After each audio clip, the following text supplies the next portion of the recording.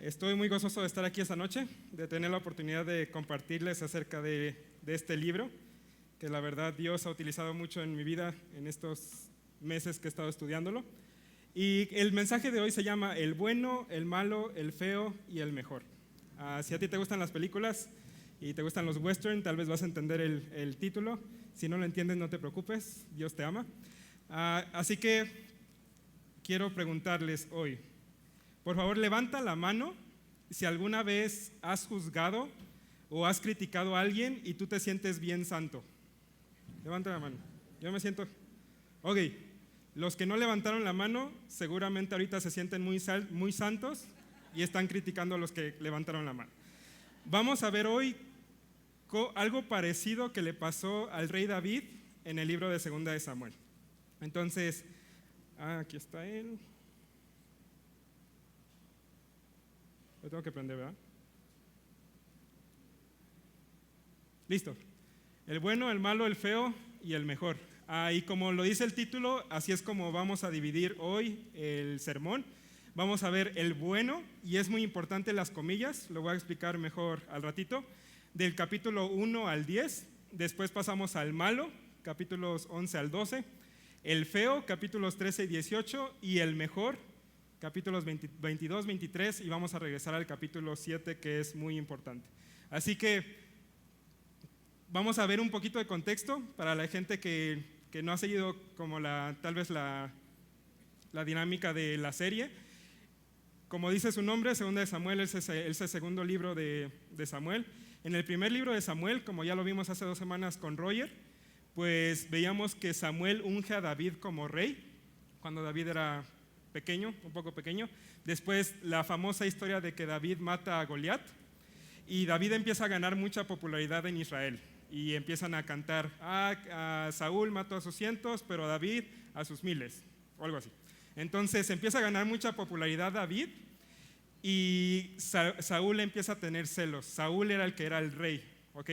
Saúl era el rey, David ya había sido ungido por Samuel, que era el profeta, pero Saúl empieza a tener muchos celos de la popularidad que empieza a agarrar David, ¿sale? Entonces por eso, siguiente, creo que ya no está jalando.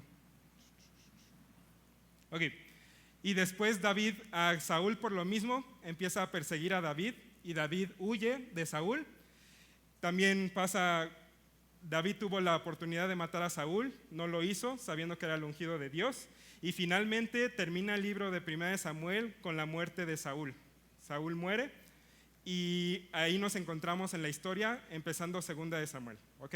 David está huyendo, David está huyendo, Saúl muere y es donde empezamos con... Siguiente. El bueno, repito entre comillas, es David, ¿sale? Vamos a ver, lo primero que vamos a ver es capítulo 1 al capítulo 10. Te pido que vayas como es panorama, vamos a ir así súper rápido por los capítulos. Quiero que en estos capítulos, en esta primera parte, nos vamos a enfocar en ver la relación que tiene Dios con David, ¿ok? Les voy relatando lo que va pasando, pero quiero que pongas mucho enfoque, y lo puse en negritas, de cuál es la relación que tiene David con Dios, ¿va?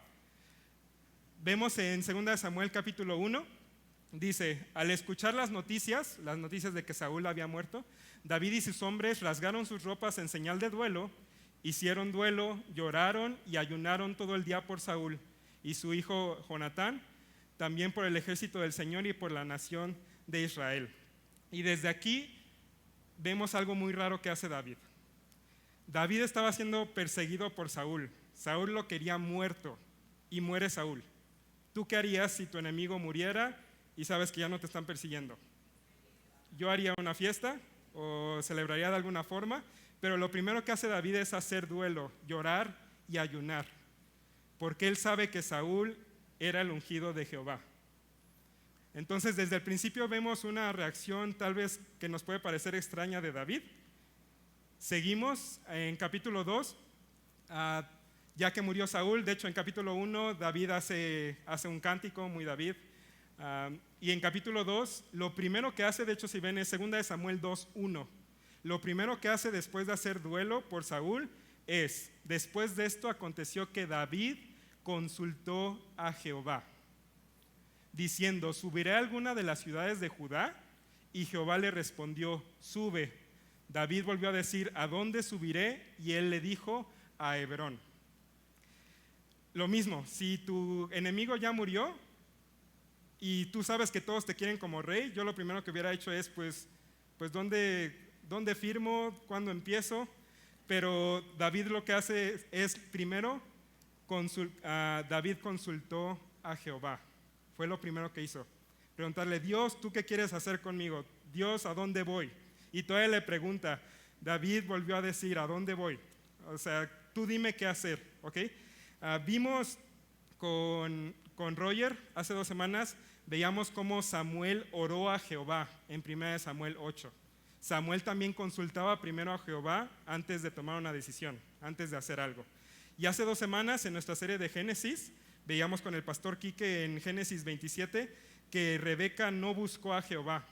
Cuando platicábamos de cómo Rebeca simplemente hacía lo que ella quería, lo que ella le convenía, y en ese sermón vimos cómo terminó la cosa. Entonces aquí estamos viendo a un David piadoso buscando a Dios en todas sus decisiones. ¿Okay? Nos pasamos al siguiente capítulo. Capítulo 3, hubo una larga guerra. Ahí siempre van a ver los versículos por si quieren anotarlos, subrayarlos, etc. Hubo larga guerra entre la casa de Saúl y la casa de David, pero David se iba fortaleciendo y la casa de Saúl se iba debilitando. Muere Saúl y proclaman a David el rey de Judá. Como saben, había como 2 reinos. Proclaman a David el rey de Judá, y el rey de Israel es Isbofet. Entonces empieza la gran guerra, y vemos desde el versículo 1 del capítulo 3 que David se iba fortaleciendo. El Señor estaba con él.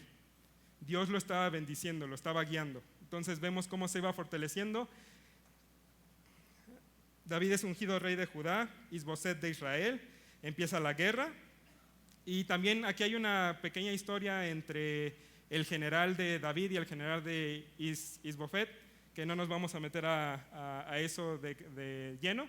Pero después, capítulo 4, en el versículo 9, también cuando uso una diferente versión, ahí también se los pongo por si lo están leyendo y dicen, oye, no dice eso, estoy usando tal vez otra versión.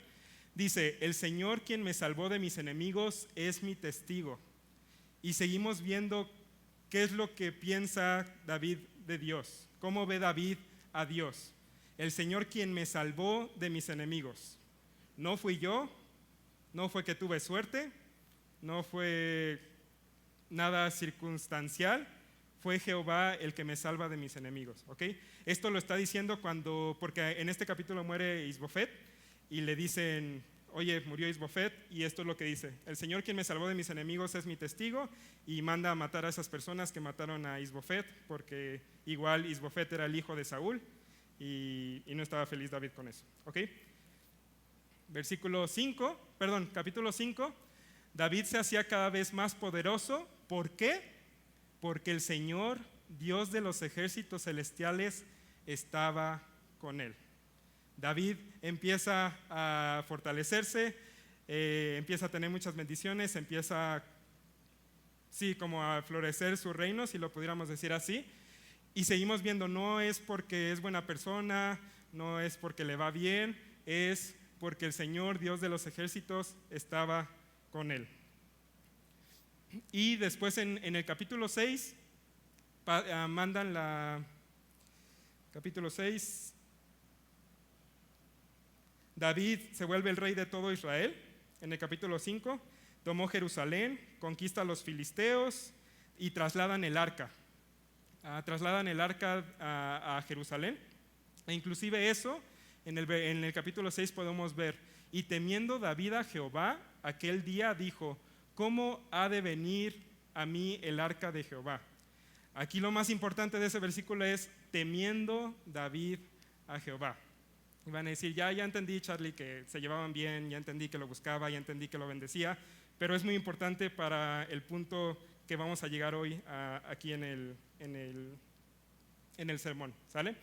Después viene capítulo 7, que es como la joya de Segunda de Samuel, es una de las joyas del Antiguo Testamento.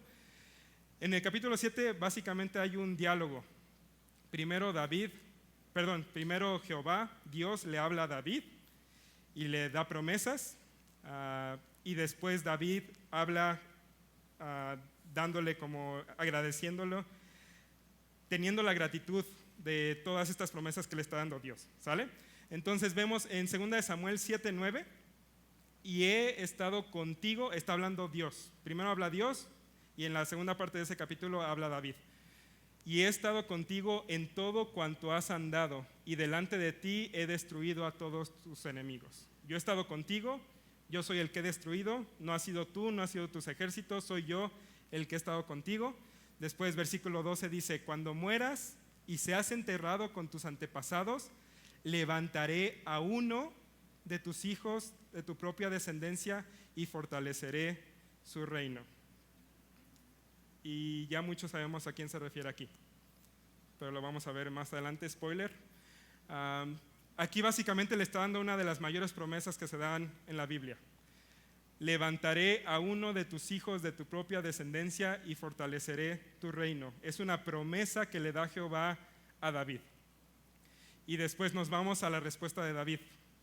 Repito, es panorama, lo estamos viendo rápido, pero si tienes oportunidad de leer uno de estos capítulos sería muy bueno. Jehová, Dios, habla a David, por cuanto no hay como tú, ni hay Dios fuera de ti.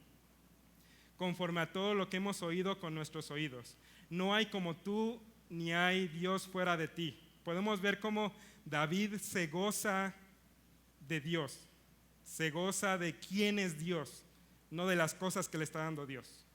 No es como, qué padre que ya soy rey, qué padre que ya estoy en Jerusalén, qué padre que el arca ya está por acá, pues gracias Dios, luego nos vemos. No, él se está gozando de quién es Jehová, que no hay nadie como tú, ni hay Dios fuera de ti. Versículo 28, ahora pues Jehová Dios, tú eres Dios y tus palabras son verdad. Ahí está reconociendo David que tus palabras son verdad, lo que me dices es verdad, lo que me dices es lo que necesito, no hay nadie fuera de ti y tú has prometido este bien a tu siervo. Entonces, vuelvo a lo mismo, podemos ver la fuerte relación que tenía David con Dios, cómo David buscaba a Dios, cómo Dios lo bendecía a David. Capítulo 8. Hay victorias militares. Dice, y Jehová dio la victoria a David por donde quiera que fue. Ya de plano la Biblia no está diciendo, ya donde fue David, él era victorioso. Jehová le estaba dando la victoria. Segunda de Samuel 8:11, el rey David dedicó todos estos regalos al Señor. Y seguimos viendo la interacción entre Dios y David. No solo te estoy bendiciendo, te estoy dando victorias, sino también David, estamos viendo cómo le da los regalos a él, le da la gloria a Dios.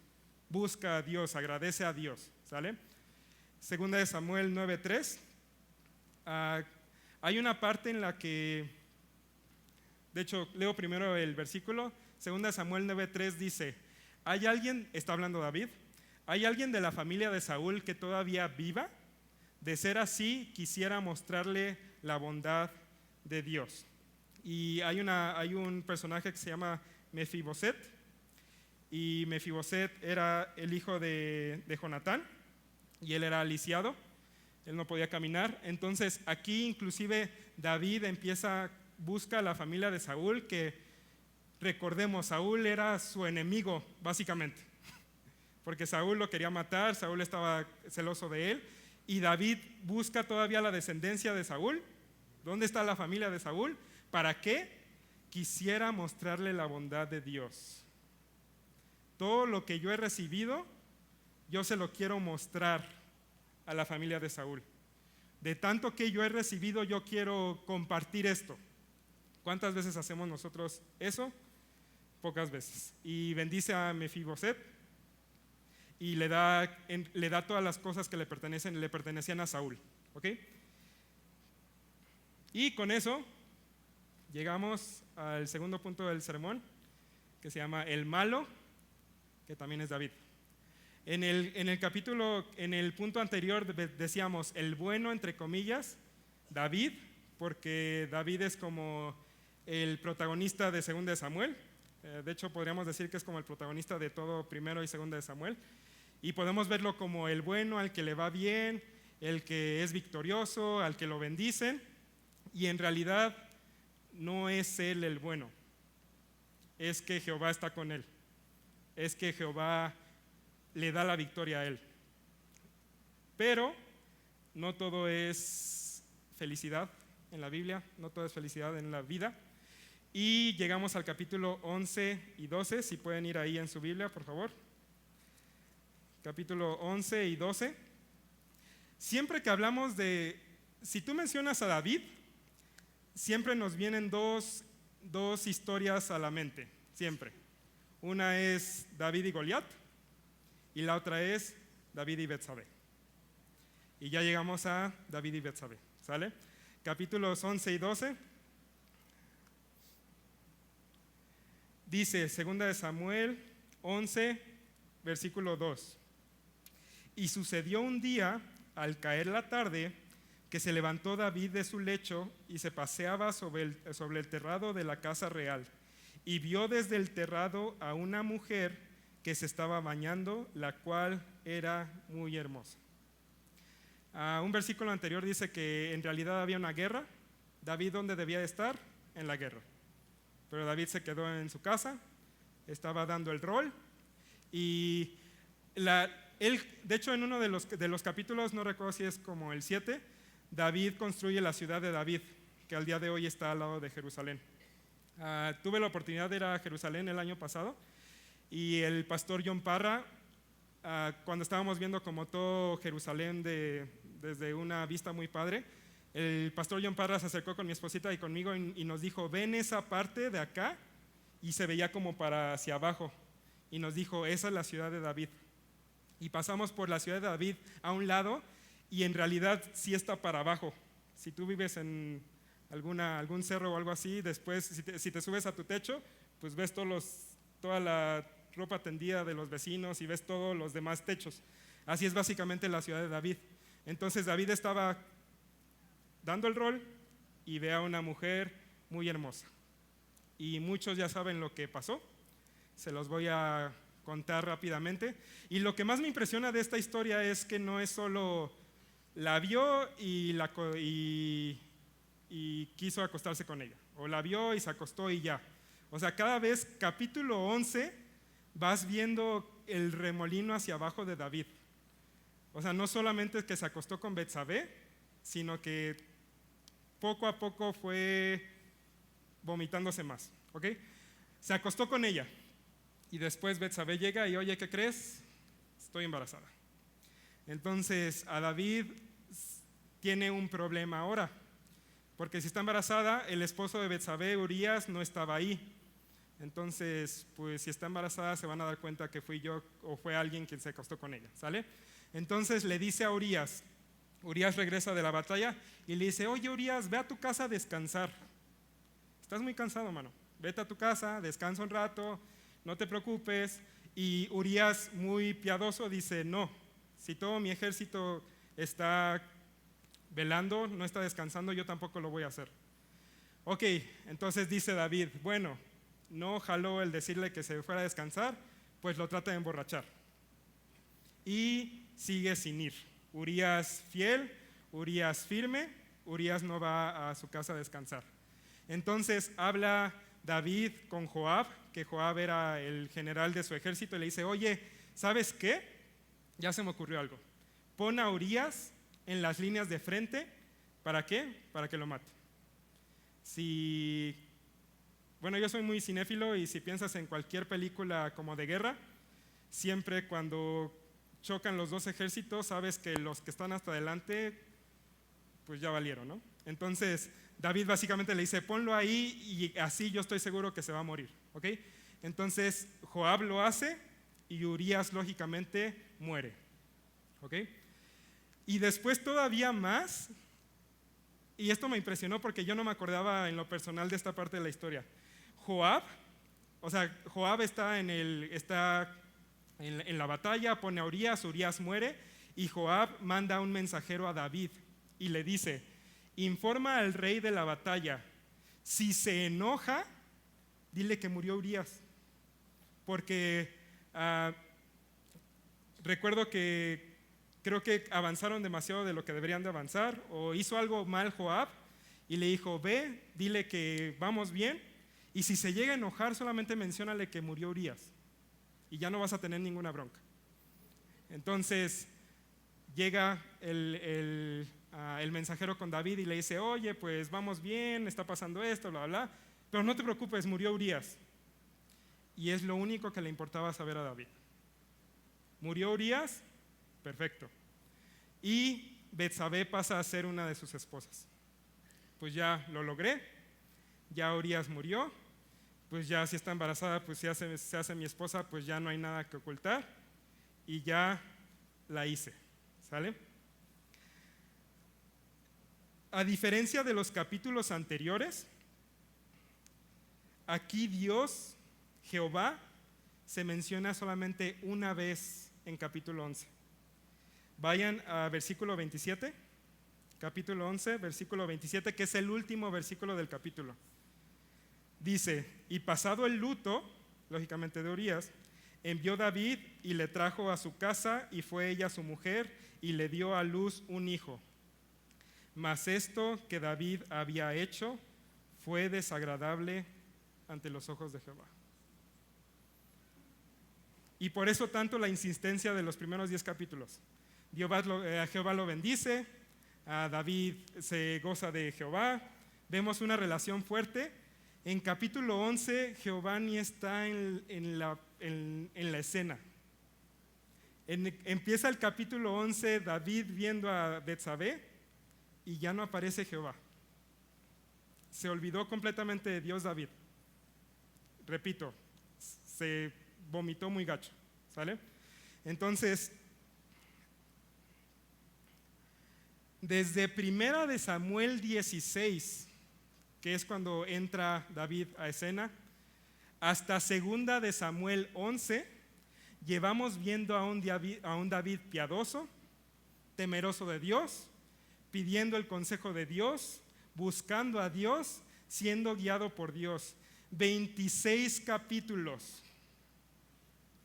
26 capítulos donde ves a David fuerte, ves a David siendo bendecido, teniendo victorias, estando humilde, necesitado de Dios, dándole la victoria a Dios. 26 capítulos. Y en uno, todo se vino abajo.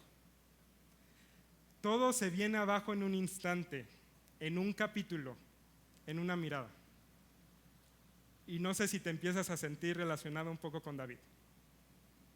Y para ahí vamos a ir. Hay muchas veces en nuestra vida que nos está yendo bien, que estamos súper gozosos en Dios, y de repente pasa algo que pierdes completamente el enfoque. ¿Qué tan fácil es darle la espalda a Dios? Y en verdad es súper fácil, muy, muy, muy fácil. Y distanciarse de Él. ¿Qué tan fácil es perder el enfoque? Y todo por un deseo temporal. Yo soy muy de Disney. No sé si ubican la película de Up. La película de Up es de un viejito que su casa vuela con globos. El punto es, hay un personaje que se llama Dog, que es un perro. Y este personaje está muy chistoso, es de mis favoritos. Pero a lo que voy es, Charlie, te estás perdiendo. No, a lo que voy es, este personaje de Dog normalmente está todo jovial, todo feliz, y de repente está hablando con el Señor y quiero ser tu amigo y bla, bla, bla, bla, y de repente dice, ardilla, de que se le va o sea, como que piensa que hay una ardilla y él está como que enfocado hablando con alguien y es ardilla, y se le va la onda, ¿sale? ¿Qué cosa, persona o deseo hoy es tu Betsabé o es tu ardilla? Y lo puse en espacio en blanco, porque vuelvo a lo mismo. Hay veces en nuestra vida en la que estoy gozoso, estoy sirviendo a Dios, estoy en discipulados, estoy en grupo de conexión y todo súper chido, y pornografía. Y me llega este link y lo veo y lo abro y caigo en masturbación y no solo veo ese, empiezo a ver otro y poco a poco me voy desenfocando de Dios. Estoy muy bien en la iglesia, estoy viniendo todos los miércoles, vengo a la noche mexicana y de repente un chisme. Oye, ¿que la hermanita hizo qué? ¿En serio? No inventes, es que yo también la había visto y sí pobre de la hermanita, o pobre de, no, si ese hermano está muy mal. Y poco a poco tú estás enfocado, tú estás gozoso en Dios, tú estás buscando a Dios y algo te desenfoca.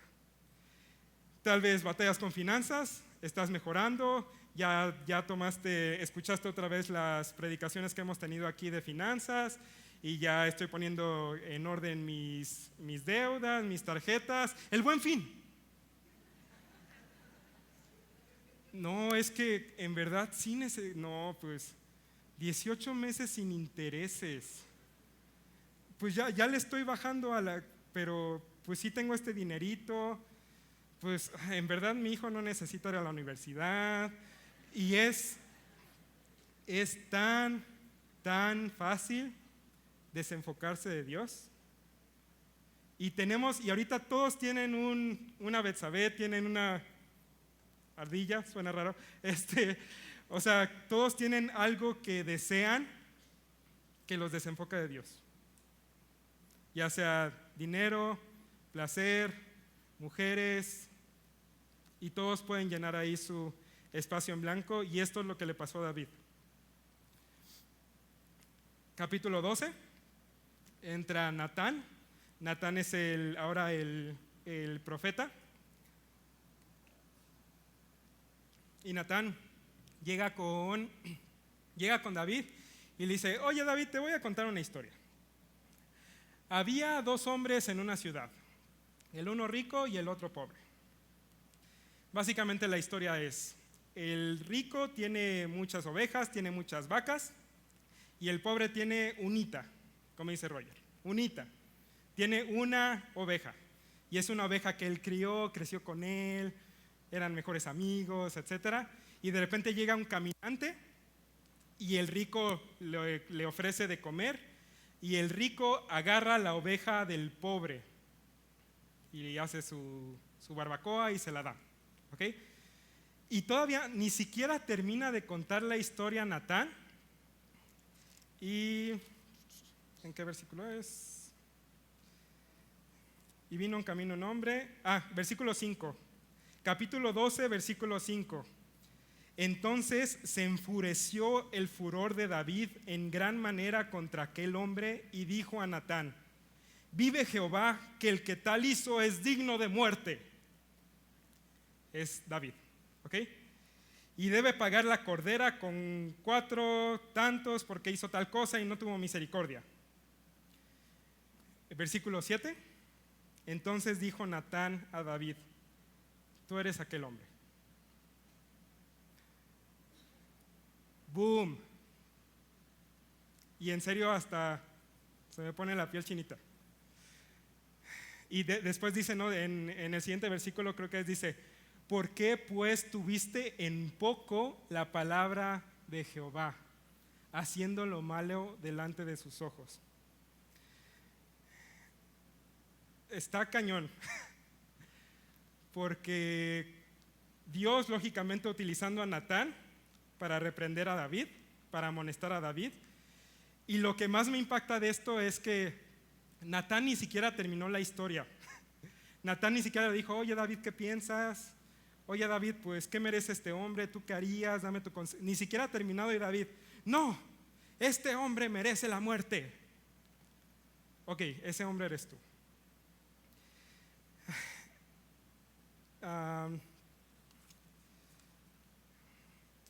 Si te preguntaran hoy a ti, ¿qué merece un asesino? ¿Qué merece un asesino serial? ¿Qué me contestarías? ¿Morir? ¿Ir a la cárcel? a pagar por todas las muertes que ha tomado. Ok, lo que contestes, te puedo decir, tú mereces lo mismo. Oye, Charlie, ¿por qué la agresión? Yo soy buena persona y yo nunca he matado a nadie. ¿De qué estás hablando? Ok, Jesús en Mateo 5:21 dice, se les ha dicho, parafraseando, se les ha dicho que no deben de matar, pues yo les digo que el que se enoja con su hermano merece el mismo juicio que el que mató. Y por eso empezaba este sermón con la pregunta, ¿tú alguna vez has criticado o alguna vez has criticado o juzgado a alguien? Porque si lo has hecho, seguramente se te está olvidando que tú mereces lo mismo. Que tú mereces, dice la Biblia, que todos somos pecadores y que la paga del pecado es muerte. Todos estamos en el mismo nivel ante la cruz. No hay más malos, no hay más buenos, todos merecemos lo mismo, que es la muerte. Matt Chandler es un pastor de una iglesia en Texas, y una vez estando allá fui a un sermón y él decía esto: nunca eres más peligroso que cuando te sientes espiritual. Y es muy cierto.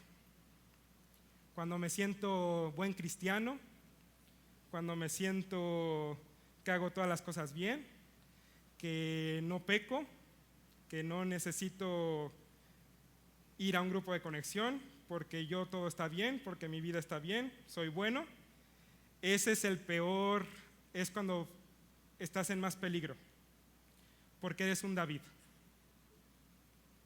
Oye, fulanito está batallando con esto. Pues fulanito merece que lo corran de la iglesia.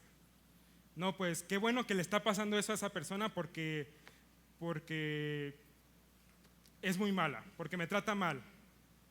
Y es en verdad, oye, ¿y qué hay de ti? ¿Qué mereces tú? Y adelantándome un poquito, por eso es tan importante el Evangelio en nuestra vida. El Evangelio no es solo entender que necesitamos a Cristo, entender que somos pecadores y que Cristo pagó por nosotros, y ya pasé, ya entendí, qué padre, y lo dejo atrás. No. Por eso el Evangelio es tan importante en todas las áreas de nuestra vida, porque nos mantiene enfocados, nos recuerda quiénes somos, nos recuerda nuestra necesidad de Cristo en todas las áreas de nuestra vida. Les voy a contar rápido una anécdota que me pasó. En mi iglesia pasada, yo vengo del Estado de México, y en la iglesia que yo estaba allá era una iglesia muy chiquita, muy diferente a Horizonte. Éramos 70, 80 personas más o menos, y yo estaba en ese entonces, estaba yo sirviendo en el grupo de jóvenes, con los jóvenes. Entonces, un día nos enteramos que uno de los jóvenes, 17 años, embarazó a la novia, que la novia ni siquiera iba a la iglesia. Y luego fue como el caos, como ¿qué va a pasar? ¿Qué le vamos a hacer?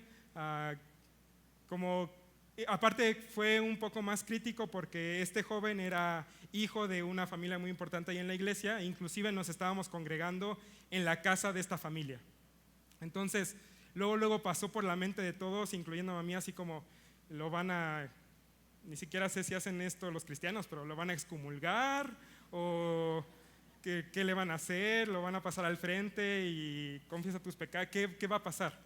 Y un día estaba con el pastor, yo platicando, y el pastor estaba preocupado porque él no sabía cómo, o sea, nunca había pasado algo en su iglesia así, y una iglesia siendo tan chiquita, pues luego todos se iban a enterar, etc. Y yo le digo al pastor, la única diferencia entre ese joven y yo es que su pecado es visible, pero el mío no. Si lo van a excomulgar o lo que le vayan a hacer, toda la iglesia merecemos lo mismo, porque esa es la única diferencia, que él embarazó a la chica y todos se van a enterar, pero eso no difiere nada conmigo, que estoy batallando con masturbación. Ante la cruz estamos igual. Y no se trata de, no es ser más espiritual, yo sí soy espiritual porque no he embarazado a mi novia, yo soy espiritual porque vengo a la iglesia, porque estoy en grupo de conexión, porque tengo mi devocional, entonces no soy como ellos, no, estamos aplicando a David. Tenemos que recordar todo el tiempo nuestro estado, lo que somos, y somos pecadores necesitados de Cristo en todo momento. Sin más, pasamos al tercer punto. Joe dijo en una de sus predicaciones que ese reloj era del diablo y ya vi por qué. El feo, Absalón. No, ¿por qué lo llamo el feo? No es que Absalón esté feo, al contrario, la Biblia dice que es el más apuesto de Israel. Pero ¿por qué le puse el feo? Aparte de que cupiera con el título. Mi mamá usa mucho esta expresión de, es que esa persona es muy feíta. Y cuando dice eso mi mamá es que esa persona es muy gandalla, que abusa de las personas. Entonces por eso me refería a Absalón como el feo. Le pueden poner el feíto si quieren. Porque vamos a ver y vamos a pasar muy rápido por esta historia de Absalón, del capítulo 13 al 18. Esta es un muy, muy, muy buen capítulo de lo que callamos los cristianos. O sea, es todo un drama lo de Absalón, ¿ok? Muy rápido. Esto tiene... Yes, ok, o me voy para acá. Absalón básicamente es hijo de David y su hermana tiene una hermana llamada Tamar, ¿ok? Ellos son hermanos y tienen un medio hermano, porque pues, David tenía muchas esposas, que se llamaba, se me olvidó ahorita. ¿Cómo? Amnón, sí. Entonces, básicamente lo que pasa es que Amnón le gusta mucho Tamar y se quiere acostar con ella. Lo hace, la viola y después Absalón se entera. Absalón mata a Amnón y Absalón huye.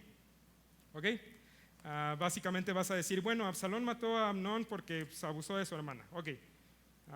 Tal vez, pero el punto es, después, lo que hace mal Absalón, dice, segunda de Samuel 14, dice, por fin el rey mandó llamar a Absalón. Absalón huyó, ¿ok?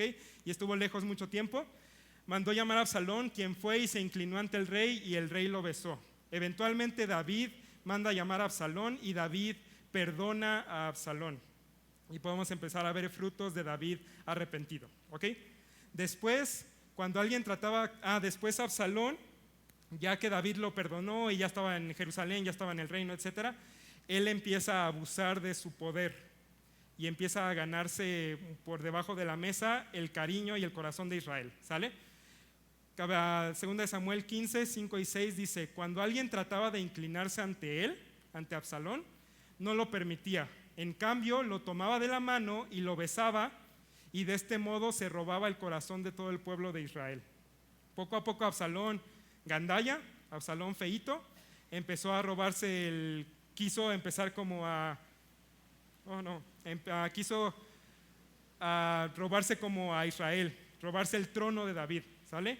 Y la conspiración se hizo poderosa y aumentaba el pueblo que seguía a Absalón. Entonces Absalón básicamente se aprovecha de que ya está con su papá y le trata de quitar el trono, el reino, y David otra vez lo vemos huyendo, así como Saúl.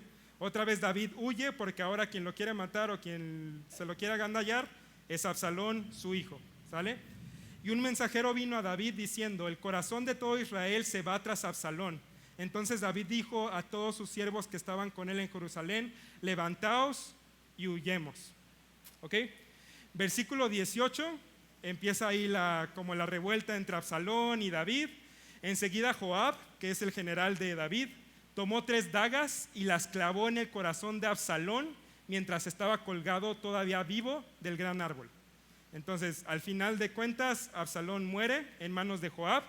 ¿Y qué es lo primero que hace David? David se turbó, subió a la sala de la puerta y lloró. y yendo decía así: hijo mío, Absalón, hijo mío, Absalón, ¿quién me diera que muriera yo en lugar de ti, Absalón, hijo mío, hijo mío?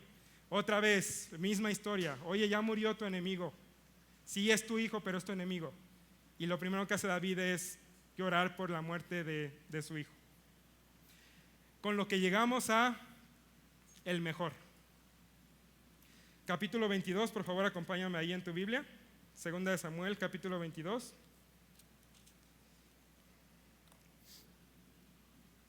Venga, 10 minutos. Ok, capítulo 22 dice: habló David a Jehová las palabras de este cántico el día que Jehová le había liberado de la mano de todos sus enemigos y de la mano de Saúl. Aquí ya estamos llegando al final de la vida de David.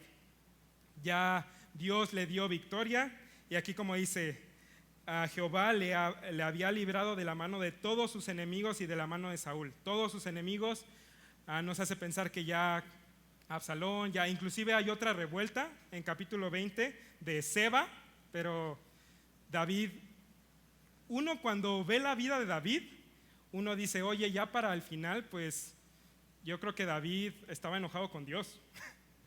O sea, David lo quiso matar Saúl, después Absalón viola a su otra hija y mata a su hijo y lo quiere matar, y después otra revuelta, pero vemos a un David otra vez enfocado.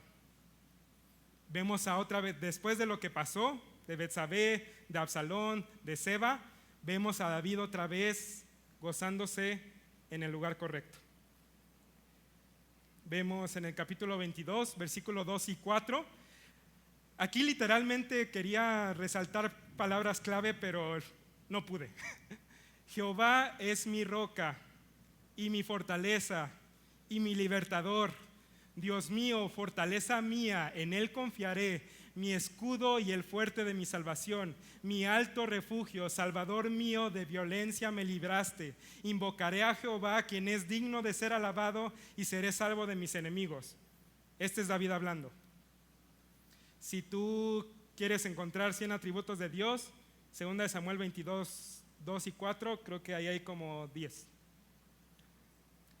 Versículo, y después, esto me lo voy a saltar. Si puedes leer versículo 22 cuando llegues a tu casa en la semana, es un capítulo increíble, porque vemos a un David gozándose en Dios completamente.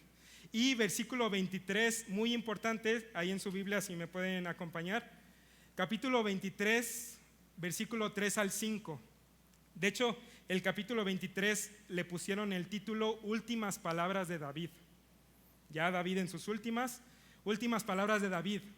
El Dios de Israel me ha dicho, Dios me dijo, me habló la roca de Israel: habrá un justo que gobierne entre los hombres, que gobierne en el temor de Dios. Será como la luz de la mañana, como el resplandor del sol en la mañana sin nubes, como la lluvia que hace brotar la hierba de la tierra.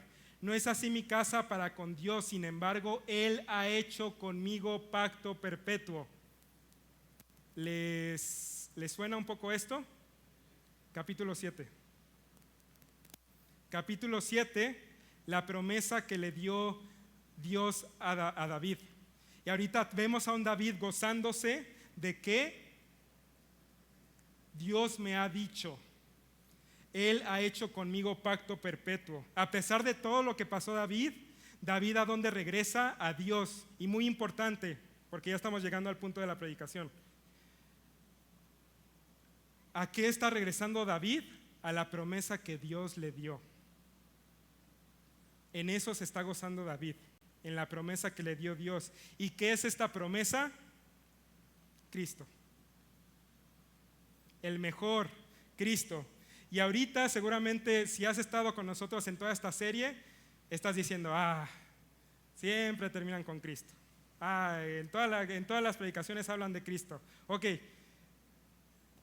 es que no hay de otra. Y Quique lo explicó muy bien el primer día que empezamos esta serie. Es encontrar a Cristo en toda la Biblia. ¿Por qué? Porque el mismo Jesús dijo: la Biblia habla de mí. Y aquí en particular vemos, si regresan unas páginas a 2 de Samuel 7, Segunda de Samuel 7, versículo 12 al 16. Leo el 12. Y cuando tus días sean cumplidos y duermas con tus padres, yo levantaré después de ti a uno de tu linaje, el cual procederá de tus entrañas, y afirmaré su reino. Versículo 13. Él edificará casa a mi nombre, y yo afirmaré para siempre el trono de su reino. Básicamente la promesa que le está dando Dios a David es: de tu linaje va a venir el Salvador, va a venir el Mesías. Y vemos a un David, después de que todo lo que vivió, que al final se goza de esa promesa que Dios le dio desde el capítulo 7. Todos somos como David. Todos somos como David. Estamos en nuestra vida, estamos firmes, estamos buscando a Dios, estamos viniendo a la iglesia, teniendo nuestro devocional, gozándonos en Dios, en las bendiciones de Dios, y eventualmente caemos. Llega la ardilla, llega nuestra Betsabé, nos desenfocamos y caemos. ¿Y de dónde nos tenemos que agarrar cuando caemos? De las promesas de Dios. Y por eso es tan importante aquí en Horizonte, por eso también el pastor Quique cambió nuestro MEPA a ARDE, porque tenemos que encontrar la esperanza en ese versículo que estamos leyendo, en ese capítulo. Las promesas de Dios es lo que nos da la fortaleza. ¿Para qué? Para regresar a estar firmes y gozosos en Él. Son las promesas de Dios lo que nos fortalece, es lo que nos da más fe, es lo que nos da más paciencia, es lo que nos da dominio propio. Recordar lo que Dios nos ha prometido. Y nosotros, estando agarrados de esas promesas, volvemos a estar firmes en Dios. ¿Vamos a volver a caer? Sí, muchas veces, porque somos pecadores. Pero se trata de mantenernos en las promesas de Dios. Oye, Charlie, pero yo no vi con ninguna promesa, o cómo sé de una promesa. No se vayan muy lejos. Ahorita el domingo pasado con Nicolás Ellen veíamos Mateo 11:28. Venid a mí los que están cargados y trabajados, y yo os haré descansar. Eso es una promesa. Es que, Charlie, no sabes por lo que estoy pasando, y el trabajo, y en mi familia, y mis hijos, y ok, Dios te dice: ven a mí y yo te haré descansar. Esa es la promesa. Y por eso se trata de fe, de creer que en verdad Dios me va a hacer descansar, de entender que Dios es el que me va a sustentar, el que me va a dar la fortaleza, el que me va a dar la paciencia. Y si tú hoy estás aquí y tú no le has dado tu vida a Jesús, te tengo malas noticias. En tu ciclo no hay promesas. Tú tal vez te sientes buena persona, tal vez te sientes fuerte, tal vez te sientes que te va bien, que yo puedo solo. Vas a caer, vas a tener desilusiones, vas a tener decepciones, vas a estar desesperado, vas a tener ira. Pero sin promesas de Dios, vas a seguir ahí. Y tal vez de repente te llega un horóscopo, te llega alguien que échale ganas, es que tú puedes, es que venga, ánimo. Y tal vez otra vez, bueno, está bien, le voy a echar ganas y voy a caer y voy a estar ahí. Porque si no le has dado tu vida a Jesús, las promesas no son para ti. Dios vino a morir por tus pecados y a darte vida eterna. Esa es otra promesa. Hay muchas promesas en las que nosotros nos podemos agarrar. Y hoy, si vienes y no confías en Jesús, Dios te hace una invitación de que le des tu vida para tener esas promesas, para tener ese descanso de tu alma, esa paz que solamente Dios puede dar, y esa vida eterna que Dios promete. Para terminar, y si la banda puede ir pasando, por favor, vámonos todos a Juan, en tu Biblia, Juan 5. Juan 5. Perdón, sí, Juan 5. ¿Sí es 5 o es 15? Oh, no, es 15. Perdón, ahí me equivoqué. Sí, Juan 15, perdón, ahí está mal la diapositiva. Juan 15, no lo voy a leer todo por cuestiones de tiempo, pero si todavía no lo encuentras, me puedes seguir aquí en la pantalla. Hablando Jesús está hablando. Yo soy la vid verdadera y mi Padre es el labrador. Lo estoy leyendo en la NTV. Él corta de mí toda rama que no produce fruto y poda las ramas que sí dan fruto para que den aún más. Ustedes ya han sido podados y purificados por el mensaje que les di. Eso es lo que nos purifica, eso es lo que nos poda, el mensaje que nos da. Oye, Charlie, es que yo no tengo a un Natán que me reprenda. Oye, Charlie, es que pues David se ve que hablaba directamente con Dios y era su cuate. Ok, tenemos la Biblia. La Biblia es lo que Dios ocupa para hablarnos, para amonestarnos, para animarnos, para guiarnos. Permanezcan en mí y yo permaneceré en ustedes, pues una rama no puede producir frutos si la cortan de la vid, y ustedes tampoco pueden ser fructíferos a menos que pertenezcan en mí. Versículo 5. Ciertamente yo soy la vid, ustedes son las ramas. Los que permanecen en mí y yo en ellos producirán mucho fruto, porque separados de mí nada pueden hacer.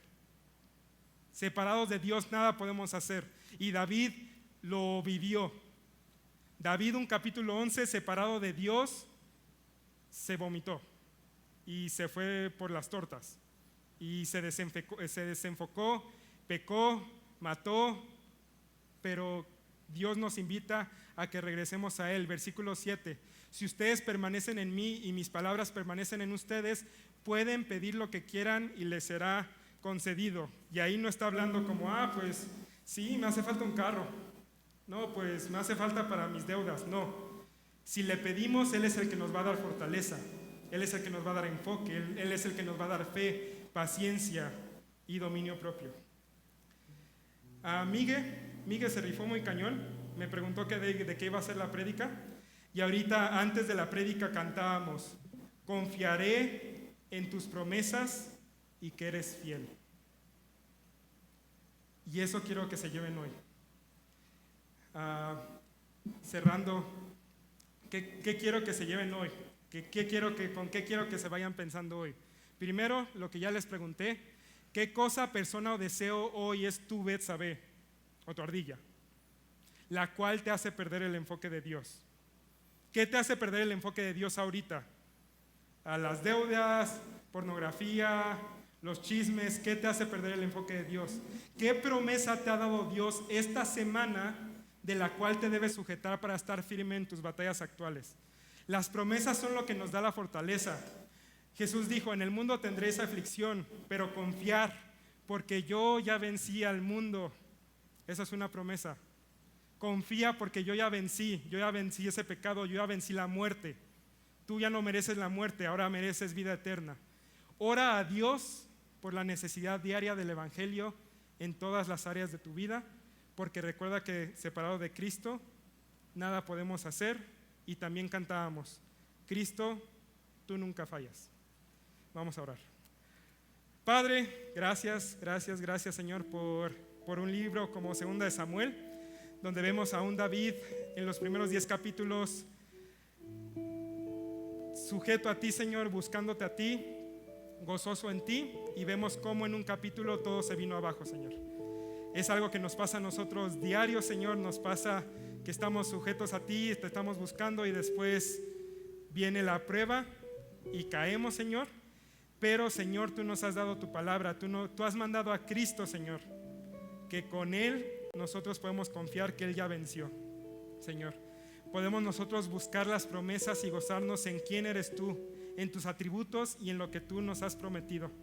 Te pido que todos los que están escuchando hoy se vayan sabiendo que sin Cristo nada pueden hacer, que necesitan de tu palabra y necesitan de tus promesas para estar firmes y gozosos en ti, Señor.